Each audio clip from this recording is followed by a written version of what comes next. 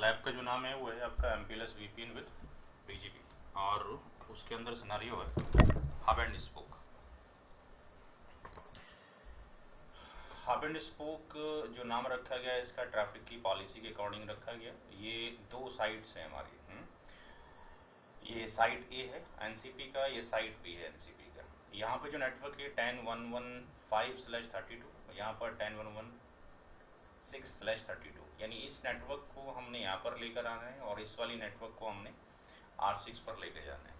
अभी तक जो हमने पढ़ा था उसमें हमारा ये होता था कि हम अपने राउट्स को इस पी तक भेजते थे और ये MPLS क्लाउड है येलो कलर में सारा का सारा, और ये ट्रैफिक यहाँ से निकलने के बाद इस R3 पर पहुँचता था। इसके बीच में MPIBGP रन होता था और ये ट्रैफिक यहाँ पर आ जाया करता था। बट अब टास्क कुछ ऐसा है कि हमने दोनों ही साइट के ट्रैफिक को अपने हेडक्वार्टर पे भेजने का है। हमारा एक और ऑफिस है जो मेन ऑफिस है, तो हम चाहते हैं ये दोनों जो ट्रैफिक हैं, यानी जो ट्रैफिक साइट ए से निकलेगा ये ट्रैफिक, और जो साइट आपके पास बी से निकलेगा, ये दोनों के जो ट्रैफिक हैं ये पहले जाने चाहिए, हमारे R4 के अंदर पहुंचने चाहिए। तो हम क्या करेंगे कि इन दोनों के जो नेटवर्क हैं यानी 6/32 और 5/32 जब यहाँ पर पहुँच जाएंगे और यहाँ पहुँच जाएंगे तो R1 PE है, R2 भी PE है, तो R1 R2 के बीच में MPIBGP नेबरशिप है। तो ये राउट डिस्ट्रीब्यूट करने के बाद हम क्या करेंगे, यहाँ डिस्ट्रीब्यूशन की भी ज़रूरत नहीं पड़ेगी इत्तेफाक से, because BGP is running different, BGP के अंदर वैसे ही एक्सचेंज हो जाएगा। तो ये रूट यहाँ से जब यहाँ पहुँच जाएंगे और नेबरशिप यहाँ पर होगी MPBGP, तो ये कहाँ पहुँच जाएंगे R2 तक, और ये रूट भी यहाँ तक आपके पास पहुँच जाएंगे। बट इनको यहाँ पहुँचाने के लिए हमने क्या करना पड़ेगा, बिकॉज इन पे हमने RD एक्सपोर्ट इंपोर्ट सेट करके रखा होगा। तो जब तक कि इनको हम सेंड कम्युनिटी एक्सटेंड अप्लाई नहीं करेंगे कहाँ पर उसको रिसीव करना चाहते हैं, तो यहाँ पे हमने हब रूटर के ऊपर 2 VRF के अकॉर्डिंग रूट्स हमने ले रखे हैं। यानी हमारे ये सारे जो राउट्स हैं यहाँ से और यहाँ से ये राउट्स पहुँचेंगे R2 में VRF NCP इन के अंदर, यानी इसको एक्सपोर्ट करेंगे और इसको एक्सपोर्ट करेंगे।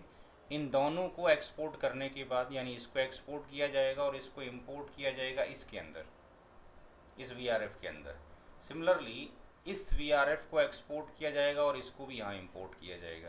जब यहाँ हम इंपोर्ट कर लेंगे यानी शो IP राउट VRF इन में ये रूट आ जाएंगे, तो जैसे ही रूट यहाँ पहुँचेंगे इनकी नेबरशिप R4 के साथ होगी, यानी 10.115 का नेटवर्क और 10.116 का नेटवर्क R2 पे VRF इन में कॉल करते ही हमें डिस्प्ले हो जाना चाहिए R4 के अंदर।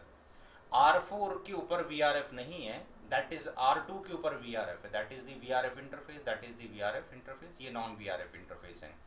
तो R4 के ऊपर हमें 10.115/32 का नेटवर्क भी डिस्प्ले होगा, 10.116/32 का भी नेटवर्क डिस्प्ले होगा। अब इस दूसरे लिंक से इसकी नेबरशिप यहाँ पे हमने फॉर्म कर रखी है, यानी हमने इन दोनों को कॉल किया, इसके अंदर रूट चले गए R4 के अंदर। अब R4 से रूट मूव करने के बाद ये रूट यहाँ पर R2 पर वापस आना चाहेंगे बिना एक्सपोर्ट किए हुए, बिना इंपोर्ट किए हुए कहीं पर भी, बिकॉज ये आपके पास कस्टमर से रूट आ रहे हैं, कस्टमर इज नॉन VRF है, यहाँ से non VRF to VRF route वैसे ही आ जाएंगे बिना उसके, डायरेक्टली लिंक के ऊपर है।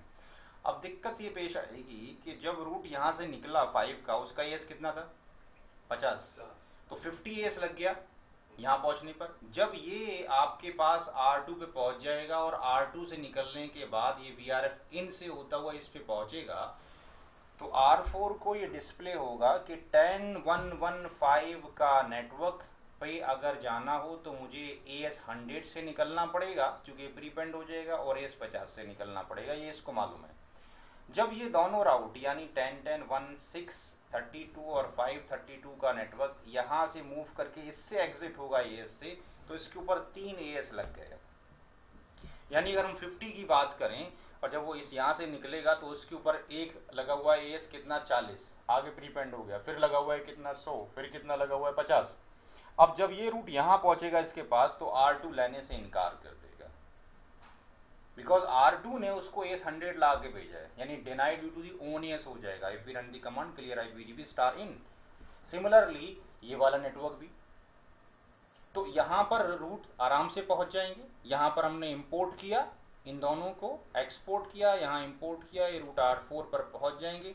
ये दोनों के दोनों यहाँ तक आ रहे होंगे, बट इसके डाटाबेस में एंटर नहीं करेंगे शो IPGP के अंदर, शो IPGP VPN ऑल के अंदर। तो हम क्या करेंगे, अलाउ AS इन कर देंगे। यहाँ पे AS ओवरराइड नहीं कर सकते यहाँ पे, because we are not sending, we are receiving.